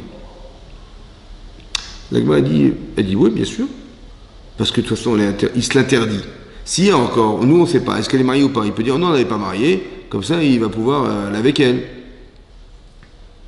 Mais si elle est mariée, elle lui est interdite. Donc quel intérêt il a dû dire qu'elle est mariée? Alors il peut dire, oui, on le croit. La Gemara dit c'est Pshita, qu'il est Néman, qu'on le croit. La Gemara dit non, peut-être non. Pourquoi? Parce qu'il y a un passage dans Michelet qui dit Ma'im gnuvim imtaku. Des eaux qui ont été volées, elles ont un meilleur goût que des eaux qu'on a gagnées honnêtement. Peut-être que lui, ce qu'il va faire, il va vouloir dire qu'elle est mariée, alors qu'elle ne l'est pas. Il va faire un faux témoignage, comme ça après il va transgresser la Torah. en allant avec une femme mariée. Voilà ce qu'on aurait pu. Elle m'a dit, non, mais comme Kamash Malan, qu'on pense que non, que bon, on va pas jusque-là. Mais c'est ce qu'on aurait pu croire. Oui. Il va faire exprès de faire un faux témoignage pour qu'elle soit femme mariée, comme ça après il va transgresser. Voilà, Torah. Et ça, les eaux qui ont été volées, elles sont meilleures que les eaux qui ont été gagnées honnêtement. Voilà ce qu'il a pensé. Maintenant, là-bas, il pose une question. Il dit, mais je comprends pas, mais si c'est un faux témoignage, donc il sait bien que c'est faux. Donc elle n'est pas mariée, cette femme. Oui. Alors comment ça se fait que tout à coup ça devient délicieux, délectable, parce qu'il a menti. Parce qu'il va. Mais de toute façon, il sait bien lui-même que c'est faux. Donc quel plaisir il a de mentir en sachant qu'elle n'est pas mariée. Si encore elle était mariée, si c'était un vrai témoignage, il avait une séradale avec elle parce qu'elle est mariée, et... ouais, j'aurais compris. Mais là c'est faux, il sait bien que c'est faux lui, puisqu'il a fait un faux témoignage, donc elle n'est jamais mariée cette femme. Comment ça se fait quand même que la Gemara puisse dire, ah, on aurait pu croire que c'est meilleur? Oui. Vous savez pourquoi? Parce que dans sa tête, si les gens pensent qu'elle est mariée, alors il va transgresser la Torah au regard des autres. Vous avez compris ça? Puisque les gens vont le croire. Donc aux yeux des autres, lui il sait bien qu'elle n'est pas mariée, mais si aux yeux des autres elle l'est, alors il va vouloir transgresser la Torah. Juste parce que les gens pensent qu'elle est mariée. Vous avez compris ce que je veux dire? Ma'im gduvim imtaku. Des eaux qui ont été volées, elles sont meilleures, elles ont un meilleur goût que des eaux qui n'ont pas été volées. Vous avez compris? Mais c'est jusque-là, c'est tordu jusque-là. Regardez les Yitzhara, comment ils s'arrangent pour ne pas accepter l'interdiction des choses. Vous avez compris? Comment quelqu'un, il devrait accepter l'interdit, la limite de ce que tu ne peux pas faire. Mais c'est tellement compliqué d'accepter ces choses-là, hein, ouais, que la personne, elle va transgresser une chose pareille. La liberté de faire ce qu'on veut, c'est ça le Yitzhara. Tu es libre de faire ce que tu veux, on ne te met pas de limite. C'est marqué dans la Gemara, dans Sanhedrin 9 Abdalet. La Gemara dit là-bas qu'un jour, comme il s'appelle Bil'am, qui était un sorcier, ouais, il a essayé de nous maudire. Bon, mais il s'est rendu compte qu'à chaque fois qu'il voulait nous maudire, bah, il disait des bénédictions, quoi. Parce que Hachem ne laissait pas dire des malédictions. Et Balak, il devenait fou. Il dit, mais je crois pas, mais tu t'entends dire, là, tu dis que des bénédictions pour le peuple juif, et je t'ai demandé de les maudire. Bon, finalement, mais il voulait gagner beaucoup d'argent en essayant de les maudire, ça n'a pas fonctionné. Qu'est-ce qu'il a fait? Ouais. Il a dit, je vais essayer autre chose. Je vais essayer de les faire fauter autrement. Qu'est-ce qu'il a fait? Il a corrompu des femmes. Ouais. Des filles de Midian. Et comment ça s'est passé? Alors il était malin. Il était malin. Il savait que les Juifs, ils adoraient le lin, la fibre, le lin. Qu'est-ce qu'il a fait? Il a fait des stands. Ouais, des gens qui vendaient. Bon, il y a une petite vieille là-bas, elle vendait du lin. Une petite vieille. Donc ils se sont rapprochés, il dit voilà, on vend du lin. Et il y a une jeune femme derrière là-bas qui dit mais moi je le fais à 50%. Hein. Elle dit ah d'accord, super. Donc il a été voir cette jeune femme. Et qu'est-ce qu'elle a fait? Ben asseyez-vous, voilà, elle a servi du vin. À l'époque, le vin des nations, il n'était pas interdit, on pouvait le consommer, donc ils ont bu du vin. Ouais, si ça avait été interdit, ils n'auraient jamais bu du vin, mais là, comme c'était permis, ils ont bu du vin. Et ils ont bu du vin, ils se sont saoulés, après il leur a dit, écoutez, il faut renier votre Dieu, et après ils sont tombés dans le Baal Péor, ça s'appelle Baal Péor. Mais cette Avodazara de Baal Péor, c'était quoi cette Avodazara de Baal Péor? Il fallait faire ses besoins sur elle. Et l'Agma, il dit qu'il y a un type, il est venu, il a fait ses besoins, il s'est moqué de la Vodazara, de l'idolâtrie, il a essayé d'essuyer sur elle, dégueulasse. Et le type, il a dit, le curé là-bas, il a dit, mais j'ai jamais vu quelqu'un comme toi qui a aussi bien fait la Vodazara que toi. Genre, tu t'es lâché, super. J'ai jamais vu quelqu'un comme toi qui a réussi. Et là-bas, c'est marqué, ils étaient Smoudim Bebal Peor. Ça veut dire, en hébreu, ça veut dire, ils étaient collés à cette Avodazara. Collés à Avodazara, mais de qui tu parles? On parle des gens qui ont reçu la Torah sur le mont Sinaï. Comment ils se sont attachés tellement à cette idole aussi dégueulasse, dégoûtante que ça? Oui. Alors lui, il explique comme ça. Il dit parce que c'est ça l'Yitzhara. Tu fais ce que tu veux. Il n'y a pas de limite. Tu comprends? Tu fais ce que tu veux. Et c'est ça le Yitzhara. Le Yitzhara, et c'est très moderne en fait, c'est de ne pas s'imposer des limites. Aujourd'hui, de plus en plus, les gens, ils n'ont plus la rigueur qu'il y avait auparavant. Depuis mai 68, tout est permis, il y a plein de choses permises, la débauche, les machins, trucs. Et ça va de pire en pire parce qu'on ne veut pas s'imposer de limites. On ne veut pas se dire, voilà, jusqu'où va la limite. Nous, on sait bien qu'il faut s'imposer des limites. Pourquoi? Parce qu'on, pour deux raisons. Un, parce qu'on ne veut pas fauter. Oui, et deux, parce qu'on sait qu'avant la faute, oui, il y a ce qu'on appelle le roi Shtut, c'est-à-dire, il y a un vent de folie qui nous empare et qui nous pousse à faire la vera. Plus fort que soi, oui, qui gravite autour de la faute, et qui, lorsqu'on a passé cette frontière, bah, on est happé, on ne peut plus s'arrêter. Ouais. Donc, et là, on peut pas se dire, bah, c'est pas de ma faute. Ben oui, mais tu as dépassé la limite de ce fameux esprit qui gravite autour de la Vera, qui t'a fait pousser à faire qui t'a poussé à faire la Vera. Voilà, c'est comme ça. Voilà. Et on sait que c'est comme ça. À part ça, on sait aussi qu'une Avera n'est pas neutre. Une Avera n'est jamais neutre. C'est-à-dire quoi, elle n'est pas neutre? Ça veut dire qu'au départ, on est curieux de savoir. Ouais. Mais après, quand on a fait l'Avera, on est pénétré du désir. Et c'est pour ça qu'on a envie de retrouver la nostalgie de la faute. Parce que le désir, à un moment donné, bon, on a fait l'Avera, on dit, ah, mais qu'est-ce que j'ai fait, n'importe quoi, j'aurais jamais dû faire ça et tout. Bon. Et après quelques jours ou quelques semaines, le type il dit, bon, bah, c'est quand même tentant. Et puis il recommence. Mais pourquoi il a envie de refaire? Parce que le désir, il a pénétré. Il a fait l'Avera. Il a fait la faute. Et ce désir étant maintenant à l'intérieur de lui, alors il va remonter en surface et il va vouloir en faire d'autres. C'est pour ça qu'on dit qu'une Avera entraîne une Avera. C'est pas mécanique. C'est le désir que j'ai eu un jour qui me donne envie d'en refaire d'autres. Vous avez compris? Et après, ça devient une spirale. Ça peut devenir une spirale infernale où l'autre personne ne sort jamais parce que plus tu refais et plus tu donnes envie et plus tu ne vas jamais t'en sortir. Vous avez compris ce qu'il veut dire? Donc ça veut dire que faire tes chouvas, c'est pas simplement de regretter ses actes. C'est d'arriver à effacer le désir qui pousse la personne à recommencer. La teshuva, c'est pas dire ah je recommence plus, ah j'ai compris, je me suis trompé, j'aurais jamais dû faire ça, voilà. Ouais, j'étais en boîte de nuit, je suis tombé sur une fille, ou comme les filles elles me racontent, une fille elle me raconte, elle dit voilà j'ai trouvé mon prince charmant, il m'a demandé d'arrêter mon travail, je vais le rejoindre à l'étranger, la fille elle le suit, je dis d'accord, et puis elle était sûre qu'elle allait se marier avec lui.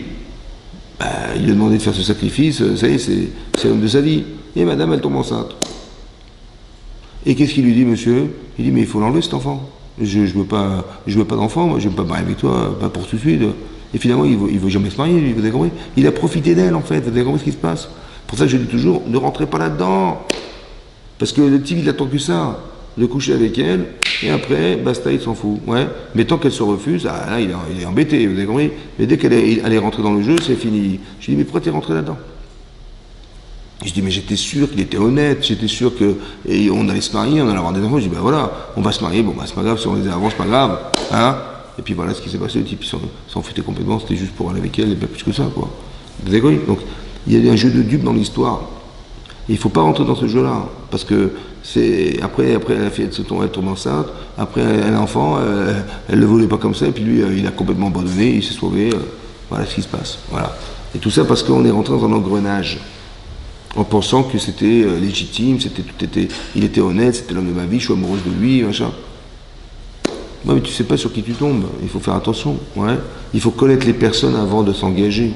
Et les gens, ils s'engagent, genre amoureuse qu'elle était, la folie, elle est rentrée là-dedans. C'est un engrenage, c'est ce qu'on appelle le roi Shtut, le vent de folie. Elle est tombée amoureuse de lui, elle ne peut plus réfléchir, c'est l'homme de sa vie, et n'importe quelle critique qu'on fera contre lui, de toute façon, c'est sûr que c'est faux, et donc elle refoule, jusqu'à ce qu'elle tombe là-dedans, et elle se rend compte sur qui elle tombe.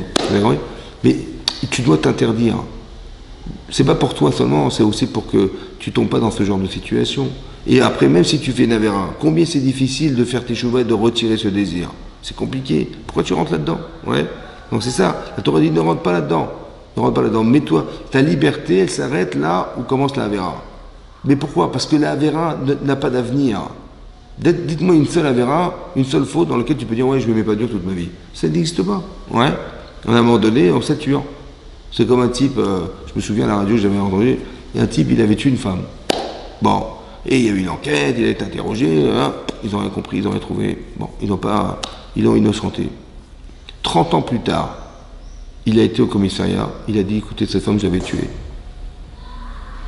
Je dis, mais qu'est-ce que tu te fous là-dedans? Personne n'avait rien su, ouais.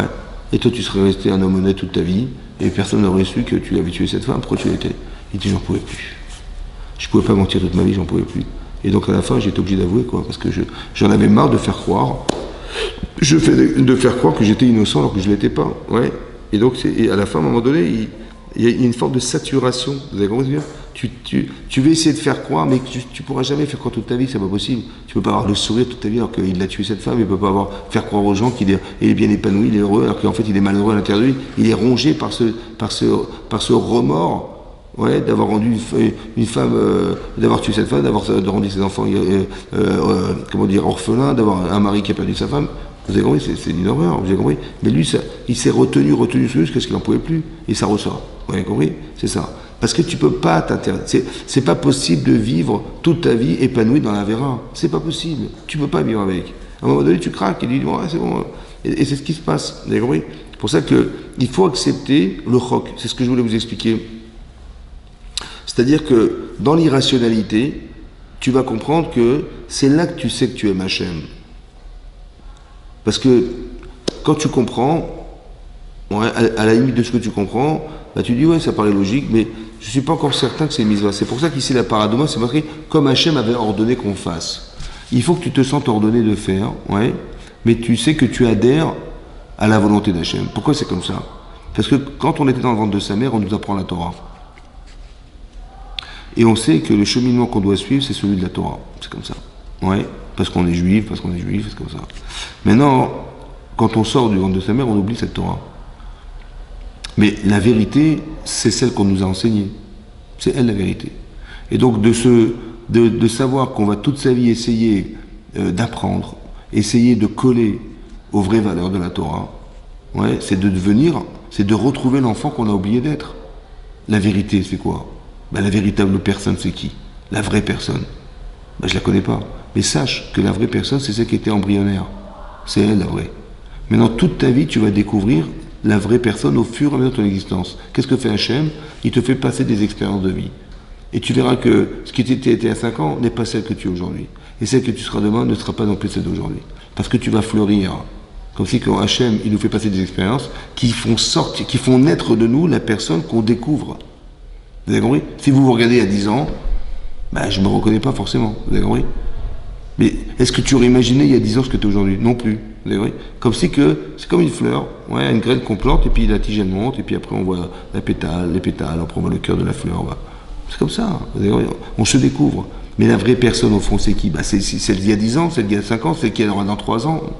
En vérité, il faut que tu puisses atteindre cette personne. Mais ça ne pourra pas se faire sans la Torah.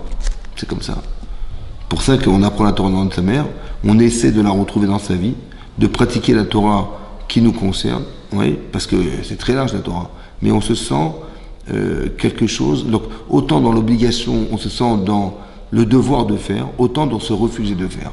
Vous avez compris? Il y a des choses que je ne peux plus faire. Parce que je sais que quand je rentre là-dedans, par expérience, je sais que j'ai eu du mal à me sortir d'une situation pareille, combien c'était compliqué, comme des gens qui fument, ou des gens qui, je sais pas quoi, ils ont du mal à se sortir de la cigarette, ça devient addictif. Mais ça, je la verrai, c'est exactement pareil. Des gens qui ont toujours fait du lachonara, c'est très compliqué de s'en sortir. Des gens qui ont vu des films pornographiques, ils ont du mal à s'en sortir. D'ailleurs, c'est comme ça. Ben oui, c'est quand où ils ont une fausse image de la femme ou une fausse image de l'homme. Ben c'est très dur. Vous avez compris? Donc, pourquoi tu rentres là-dedans? Ouais. Je dis, ben oui, mais c'est ce que j'ai vu, adolescent. Mais tu rentres là, on t'a pas éduqué, il valait mieux t'interdire qu'aujourd'hui, tu fantasmes sur des trucs débiles. Vous avez compris? C'est pour ça qu'il vaut mieux s'en interdire, oui, en ayant la rigueur qui s'impose, parce que de toute façon, je sais derrière qu'il y a une manipulation du Yetzirah qui me pousse à agir dans ce sens, alors que je sais que c'est faux. La Torah me dit que c'est assourd, donc je sais, et j'ai confiance, ouais. Donc ne rentre pas là-dedans. Maintenant, c'est comme ton père, il te dit, il te donne des conseils. Bah, soit tu l'écoutes, soit tu l'écoutes pas. Mais il a l'expérience. Il est passé par ses épreuves, par ses étapes de ta vie, évidemment. Donc si tu es intelligent, tu diras, bah papa, il est passé par là. C'est comme si il te disait, ne prends pas cette rue, prends cette rue. Mais pourquoi? Parce que cette rue, elle t'amène nulle part et l'autre, elle t'amène quelque part. Bah, il a l'expérience. Oui, mais j'aurais préféré choisir moi-même. Ouais, donc j'écoute pas mon père, je lui dis, bon, bah tu rentres dans le désert. Vas-y, rentre dans le désert, va t'amuser. C'est dommage, il avait l'expérience. Il t'a dit de ne pas aller là-bas. On n'y va pas. Hachem, il t'a dit ne va pas là-bas. C'est Hachem qui t'a créé, il t'a dit ne prends pas ce chemin. Alors tu l'écoutes. T'as la hirat shamaim, la crainte d'Hachem. Il te dit comporte-toi comme ça, habille-toi comme ça, fais comme ça. Tu dis, comme une femme elle vient me voir, elle me dit je comprends pas, on me présente que des types pas religieux. Je dis bah regardez comment vous habillez madame. Je dis mais je suis religieuse, j'ai compris, mais les gens ils vous connaissent pas. Ils vont vous proposer des gens qui correspondent à ce que vous ressemblez. Je veux dire, c'est pas. Il faut être logique. Je dis ah d'accord, vous avez compris. Mais c'est-à-dire que les gens ils ont l'impression qu'ils peuvent vivre n'importe comment et après et c'est nous qui devons imaginer qu'ils sont. Mais non, il faut que tu correspondes à ce que tu penses. Il faut pas être la femme que tu idéalises, il faut la femme concrètement que tu penses être. Ou tu dois être cet homme, concrètement tu t'habilles comme tu penses être. Tu es dans la Torah, habille-toi comme quelqu'un qui est dans la Torah, pas comme quelqu'un qui n'est pas. Tu dis, mais c'est pas grave l'habillement, c'est pas grave. Mais non, parce que les gens ils vont te voir ou ils vont te proposer en fonction de ce qu'ils voient de toi. Il dit pourquoi il s'habille comme ça, pourquoi il vit comme ça, pourquoi il parle comme ça. En fonction de ce que tu fais, de ce que tu dis, de ce que je vois, je pense que c'est comme ça que je te définis. Après, il dit, mais tu n'es pas obligé de penser comme ça, tu peux me voir autrement. Je dis, il faut que je fasse des efforts, j'ai pas. L'apparence, c'est le premier rapport au regard des autres, c'est l'apparence. C'est comme une fille, elle vient dans une, je sais pas moi, elle vient en embauche, elle est complètement mal coiffée, mal habillée, elle s'est pas maquillée, rien du tout. Il dit, voilà, je postule pour ce poste. Bon. Le type, il dit, si déjà elle s'occupe d'elle comme elle s'occupe, comment elle va s'occuper de la société? Elle va s'occuper de vous avez compris? Déjà qu'elle se fout d'elle-même, alors comment elle va s'occuper de nous? Vous avez compris? Donc ça ne donne pas envie. Quand tu vois ça, tu dis, j'ai pas envie d'embaucher. Les gens ne se rendent pas compte. Mais il dit, mais j'ai des compétences, j'ai un CV, j'ai compris, mais regarde comment tu te comportes. Un peu plus de rigueur, sois plus. Mets-toi en forme pour qu'on puisse accepter de te voir autrement. Vous avez compris? Mets-toi autrement, habille-toi autrement. Vous avez compris ce que je veux dire? Et donc l'interdiction, c'est pas une prison. C'est comme on dit dans la paracha de Mishpatim, là-bas c'est marqué.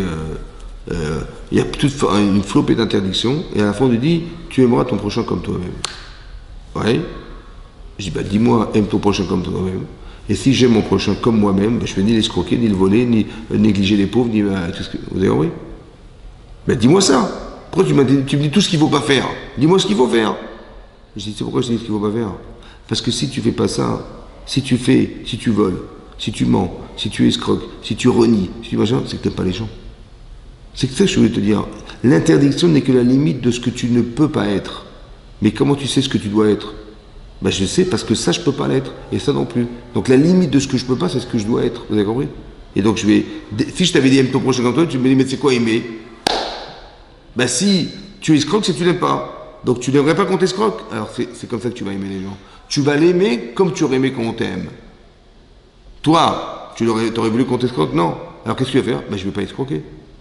Je vais pas tricher, je vais pas mentir, si j'étais pauvre, j'aurais pas aimé qu'on s'occupe pas de moi. Vous avez compris? Et donc qu'est-ce que tu aurais aimé en tant que pauvre? J'aurais aimé qu'on s'occupe de moi. Et c'est ce que tu vas faire aux pauvres. Comme tu aurais aimé qu'on te fasse. Vous avez compris? Mais tu peux pas le comprendre par le positif. Tu peux le comprendre que sur la forme négative. Comme la Gemara d'Anchoulin elle dit, on a créé le pur, on a créé l'impur. On a créé le caché, on a créé le caché. On a créé le juif, on a créé le goy, on a créé le jour, on a créé la nuit. Une chose au contraire. Mais pourquoi faire? Tout est dualité. Pourquoi faire? Parce que la limite de ce que tu dois être, c'est l'interdit. Tu dis, s'il n'y avait que des juifs sur la terre, on n'aurait pas été juifs, on aurait été des êtres vivants sur la terre. Mais on est juif parce qu'il y a le contraire.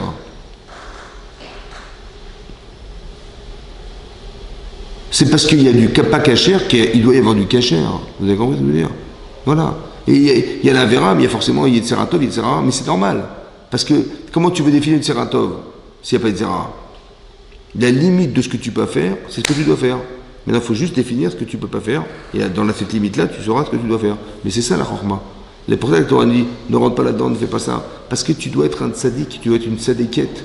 Donc il faut que tu saches les limites de ce que tu peux faire. Mais moi, je ne supporte pas la limite, moi. Je ne supporte pas qu'on m'impose, je ne supporte pas qu'on m'interdit, je ne supporte pas. C'est pour ça qu'il y a des chukim. On va te demander, à un moment dans ta vie, de faire des choses sans les comprendre. Pourquoi? Parce que tu vas comprendre que ce qu'on soi-disant t'impose, c'est Hachem qui t'impose. Mais là, tu ne peux pas dire que tu comprends. Tu ne vas rien comprendre. Mais quand bien même Hachem, il te le fait, il te propose cette chose-là par amour. Alors tu dis, j'accepte de le faire. Et c'est là que tu sais que tu l'aimes. Parce que si tu pensais que tu devais tout concentrer sur ce que tu penses toi, peut-être tu t'aimes. Je m'aime à travers ce que je fais, mais je ne sais pas forcément que j'aime Hachem. C'est pour ça que l'épreuve d'Avraham Avinu, la dernière épreuve de sa vie, c'était la Akedat Yitzhak. Parce que là, ça remettait toute sa vie en cause. Logiquement, est-ce que malgré tout, tu vas accepter? Est-ce que tu peux accepter qu'il y ait une autre logique que la tienne? C'est ça. C'est ça. Tu dis, mais c'est pas normal, c'est pas humain, c'est pas tout ce que tu veux. Je dis, t'as raison. Donc Dieu, il est inhumain, quoi. Non, c'est qu'il y a une autre logique derrière. Ah, t'as pas compris, alors tu refuses. Mais non, tu dis, mais Hachem, je suis pas censé tout comprendre. J'ai des questions, je dis pas parce que j'ai pas compris, je rejette la Torah, je rejette tout. Non, j'ai pas compris. Tu remets pas en cause Hachem, vous avez compris? J'ai pas compris mes parents. Bah, quoi, c'est pas tes parents aussi, c'est mes parents, mais j'ai pas compris leur comportement. Ben, ils t'expliqueront un jour. Ou quand tu seras en âge de comprendre, tu verras qu'ils avaient raison. Combien de fois mes enfants me disent, ah ouais, ouais, je me rappelle quand tu m'avais dit ça, bah oui, tu avais raison. Bah oui, parce qu'avec l'expérience vécue, évidemment, je sais où est-ce qu'il faut, qu'est-ce qu'il faut faire. Je suis pas prétentieux d'avoir dit quelque chose. Je dis simplement, j'étais là pour t'accompagner et te dire ce qu'il fallait que tu fasses. Parce que moi, je suis tombé dans ce piège un jour aussi. Et j'ai su m'en sortir et donc je te donne la solution. Donc, dis merci qu'on te propose des solutions, alors que toi, tu croyais qu'on t'imposait des solutions. Et si tu me dis ça, non, je ne vais pas le faire parce que tu me l'as dit, mais non. Il faut savoir que d'apprendre à ne pas se limiter à la compréhension des choses, c'est aussi une vertu. C'est ça que je voulais vous dire. C'est pas une bêtise. Et c'est vrai que c'est des fois vexant parce qu'on se dit, mais alors, bah, comme ça, mon cerveau. Justement, il y a deux choses. Il y a ce que tu vas comprendre. Tu dois te construire dans ta vie, c'est sûr. Mais à un moment donné, tu verras que on va t'éprouver dans quelque chose qui intellectuellement t'est pas forcément supportable. Pour justement que tu arrives à dépasser ton intellect, c'est-à-dire d'arriver à croire en Dieu au-delà de la limite de ta compréhension. Parce qu'Hachem, il est au-delà des limites de ta compréhension. Vous avez compris? Il est largement au-delà. Donc, si tu veux le retrouver à 120 ans, si tu penses que tu vas retrouver ce que tu penses, mais qu'est-ce que tu crois que tu vas retrouver? Tu vas retrouver une petite boulette dans l'univers de Hachem, ouais. Par contre, si tu acceptes qu'il existe dans les limites de ton incompréhension, si tu le laisses exister là où il est le plus, dans ce que tu comprendras jamais, alors tu le fais exister là, dans ce que tu comprends pas. Et là, tu vas le retrouver. D'accord? Tu as eu confiance en Dieu, c'est-à-dire, tu as eu confiance parce que tu sais qu'il est fidèle à ce qu'il est. Et donc, cette fidélité, elle t'apporte quelque chose, même si tu n'as pas forcément compris. Youssef, il n'a pas compris pourquoi il a quitté ses parents, il n'a pas compris pourquoi il a été vendu esclave, il n'a pas forcément compris au départ pourquoi il a dû quitter la Torah de son père, pourquoi il s'est trouvé en Égypte, il n'a rien compris. Mais en vérité, après la fin, il a compris. C'est une thérapie. Il est passé par l'esclavage parce qu'il ne peut pas prétendre être quelqu'un en étant un esclave. Il dit, ouais, j'ai rêvé, vous allez vous procéder devant moi, machin. Bah, tu te vends devant tes frères. Non, c'est pas ça que je veux. Alors tu vas devenir un esclave. Ça veut dire que tu as une potentialité, elle va servir à quelque chose sans que tu te vantes d'être. Vous avez compris? Donc c'est sa thérapie. Oui, il va quitter ses parents parce que là où il se trouve, il crée une fracture familiale. C'est pas possible, il faut que tu t'en ailles. Il va retrouver la femme de Potiphar parce qu'il a dit de ses frères, ils étaient soupçonnés d'adultère. Bah, comment tu as osé penser ça? Tu vas le vivre et tu vas te rendre compte de la gravité de ce que tu as pensé. Elle va te courir derrière pendant 1 an et tu vas te rendre compte que c'était grave ce que tu as pensé et ce que tu as dit à tes frères. Et ben c'est en l'ayant vécu que tu vas te rendre compte de la gravité. La teshuva, c'est pas simplement de reconnaître ses erreurs, c'est d'avoir vécu l'expérience qui m'a permis émotionnellement de reconnaître mes erreurs. Vous avez compris ce que fait Hachem? Vous avez compris? Après, il va passer par la prison, tout ça, pourquoi? Pour finalement arriver devant Paro et dire à Paro, vous savez, c'est pas moi qui vais interpréter les rêves, c'est Hachem. Mais comment tu peux, comment tu arrives à ça? Mais tu devrais dire au contraire à Paro, mais je vais tout vous expliquer, je suis un grand psychanalyste, j'ai les facultés intellectuelles pour vous expliquer votre rêve, et juste vous signer que je sors de prison, et je sors de prison. Mais je vous dirai rien sans vous ayez signé. Eh ben non. Il dit, vous savez, c'est pas moi, c'est Hachem. C'est lui qui va faire le shalom, qui va vous amener l'épanouissement de ce qui vous manque en fait, parce que vous êtes tiraillé par ce rêve que vous avez fait qui vous déraille. Ouais. Et c'est ça qui va faire Hachem. Vous avez compris? Et donc quand je dis ça, c'est-à-dire qu'il a vécu pendant 13 ans ce qu'il a vécu pour arriver à dire ça. Vous avez compris? C'est-à-dire qu'il est passé par toutes ces étapes de sa vie pour arriver à dire, vous savez, c'est pas moi. Hein. Au départ, il a dit, je vous allez vous procéder devant moi. Hein. Et à la fin, il a dit, vous savez, c'est pas moi, c'est Hachem. C'est ça qu'on voulait qu'il arrive. Mais il ne pouvait pas le dire au départ, il fallait qu'il passe par toutes ces étapes de son existence pour arriver à être cet homme. Donc tout ce qu'il a vécu n'était pas un problème. Tu dis, mais le pauvre, il a un problème, il a quitté ses parents, c'est un problème. Il a quitté la Torah de son père, c'est un problème. Il est vendu par ses propres frères, c'est un problème. Il s'est retrouvé en Égypte, c'est un problème, tout est un problème. Non, c'est faux. C'est une solution. Il faut le réfléchir comme une solution. J'ai dû passer par là, Min Hashamaim. Voilà. Je ne remets pas Hachem en cause. On dit, mais qu'est-ce qui m'arrive, c'est quoi ce bon Dieu, n'importe quoi. Il faut avoir l'humilité de comprendre que ce que je vis, n'est pas forcément logique à mes yeux. Mais je le traverse. Et ça, je sais qu'Hachem, il est fidèle dans sa relation à moi. Et j'ai pas la vocation de croire que j'ai tout compris. Alors que je l'accepte quand même. Et c'est ce qui compte. C'est quoi d'accepter? C'est d'arriver à devenir la personne qu'Hachem, il aurait espéré que je devienne. C'est-à-dire, tu passes des étapes, eh ben, tu verras que tu vas changer. C'est ce changement que je veux qui s'occasionne chez toi. Et c'est ça qui va faire de toi une nouvelle personne. Mais si tu l'acceptes pas, alors tu l'auras. C'est dommage parce que l'événement que tu as... Quand je critique ce qui m'arrive, ou je dis mais qu'est-ce qui m'arrive, en fait je critique Hachem. Et donc je refuse ce que j'ai vécu, alors que j'aurais dû l'accepter. Et si je l'accepte, je vais changer. Mais si je le refuse, ça aurait servi à rien. J'aurais vécu quelque chose, entre guillemets, de malheureux. Vous avez compris? Voilà ce que j'ai vécu. J'étais vendu par mes frères, je vais me plaindre. Mais non, c'est Hachem. Donc il n'est pas débile, Hachem. Si tu as fait passer par là, c'est que ça a forcément engendré quelque chose chez toi, obligatoirement. Vous avez compris? Et c'est ce que ça engendre qui compte. C'est ce que tu deviens qui va compter, pas ce que tu vives qui compte. On s'en fout de ce que tu vas vivre. C'est ce que tu deviens. Donc toi, tu dis non, je critique ce qui m'arrive. Je critique ma vie. Mais non, ne critique pas ta vie. Puisque c'est ce qui t'a permis d'être cette personne. Vous avez compris? Tout ce que tu as vécu a forcément transformé ta vie. C'est impossible autrement. Tu tires des leçons de ton existence. Tu relativises les choses. Etc. Et c'est ça qui compte. Vous avez compris? C'est comme ça. Par contre, si tu ne supportes pas les limites, alors tu vas rentrer dans l'interdit. Tu vas dire tout est permis, tu vas rentrer dans l'interdit. Alors qu'on voudrait que tu les évites, que tu sois structuré, tu sois une tzadikette, soit un tzaddik, tu es quelqu'un qui va comprendre que Hachem avait raison depuis le départ. Le monde a été créé par la Torah, donc ça veut dire que toute l'histoire du monde, elle est véhiculée par la Torah, c'est pas l'inverse. C'est pas qu'on doit adapter la Torah à ce monde, c'est l'inverse. Le monde a été créé par la Torah. Le monde. Donc les lois naturelles que vous voyez, elles sont issues de la Torah. Donc ça veut dire que c'est l'inverse. C'est nous qui devons nous y adapter et pas l'inverse. Et nous on dit non, il y a des interdits, des choses qui nous déplaisent, on élimine. Non, c'est pas comme ça. On accepte et on le fait là-bas. Chazak ou Baruch. Comment allez-vous?